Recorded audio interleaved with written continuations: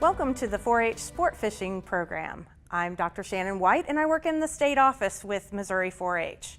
I work with our science programs and I'm very excited to share some of the parts and pieces of our curriculum with you as leaders of Missouri 4-H sport fishing.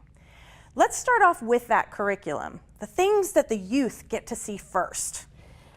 There are 3 different parts of our project. There are different levels that the youth can participate in. The first one is Take the Bait. It is centered on parts and pieces of the curriculum that can start at 8 years old, or if we have an 18-year-old member who really wants to start fishing and learning about fishing. The second level is Reel in the Fun. Gets a little bit deeper. And then the deepest level is level 3, Cast into the Future.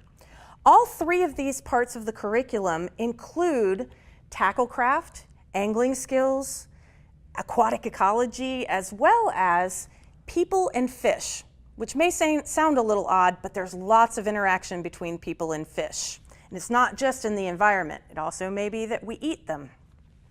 How do we prepare them? That's my favorite part.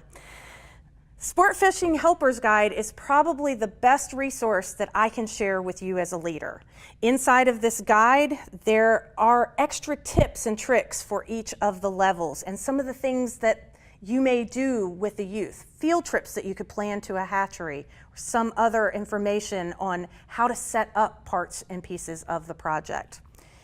As you're getting started with the project, one of the things that I find most important to cover is safety. We want to minimize the risk, of course, not only for ourselves, but also for our youth. The minimum requirements when you're taking our youth out fishing is that they have to be wearing a billed cap. We prefer a long billed cap. This one might be a little bit short, but it'll do. They have to be wearing it. They can't just be carrying it. And when they're wearing it, the bill needs to be in the front. Can't be on the side, can't be in the back. While we might think that's stylish when we're young, as adults, we know this is the best way to protect our eyes. Speaking of eyes, let's talk about eye protection.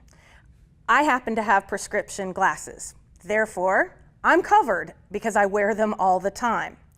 Youth may not have prescription glasses. They may need to wear sunglasses on a very sunny day. But if it becomes a little bit cloudy, they need to be able to switch over to something that still protects their eyes.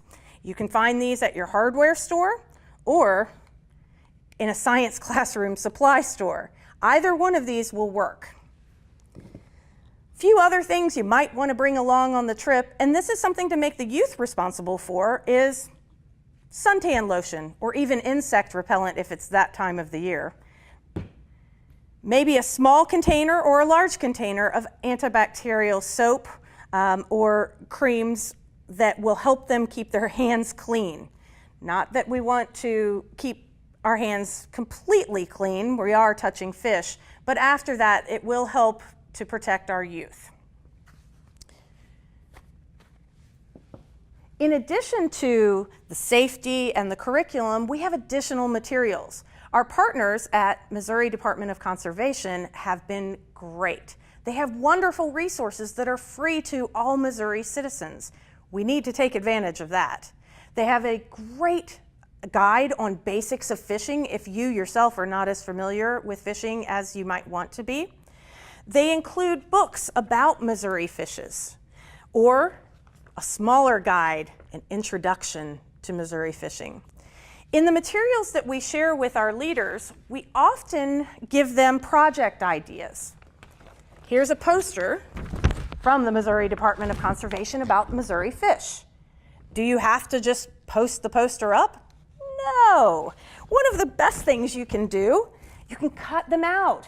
You can use them as tests or quizzes in a playful way to help with their learning. If you don't know the fish yourself, we do include a key or a guide to it. The Missouri fishes might be cut in half when you cut them out, and then you can pair them up. Hand each kid part of a fish, and as the youth is looking at it, maybe they have to, as a pair, come together, find the part of the fish that they're missing, and then identify the type of fish that they're holding. These are things that can be done in the winter time because our project year isn't just the time of year that we're out on the water. There are lots of things that we can do indoors in preparation of our fishing year.